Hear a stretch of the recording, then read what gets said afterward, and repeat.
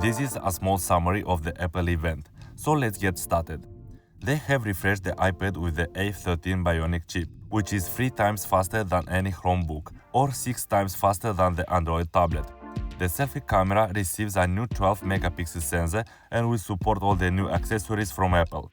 The price will start from $329 for the 64GB version. Now we move to the iPad mini, which comes with a new design. The home button has disappeared and the screen has become bigger. The Touch ID is now in the power button. It supports 5G, Wi-Fi 6, USB-C, Apple Pencil 2nd generation, but unfortunately they didn't present a Magic Keyboard for this model. The new colors are purple, pink, starlight and space gray. Apple Watch 7 appeared with a larger display keeping the same design. They introduced a QWERTY keyboard, fast charging, new colors and new watch faces.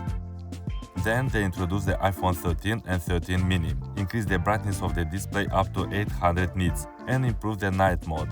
Now they have reduced the true depth camera and 64GB models have disappeared. Then followed the iPhone 13 Pro and 13 Pro Max with the same design and with a new color. The display will be brighter than the 12 Pro. And finally, 120Hz appeared on the iPhone. New features were added like macro photography, cinematic mode, and storage increased up to 1TB. The prices remain the same. That's about it for today. See you soon with a review on the new iPhone 13 Pro.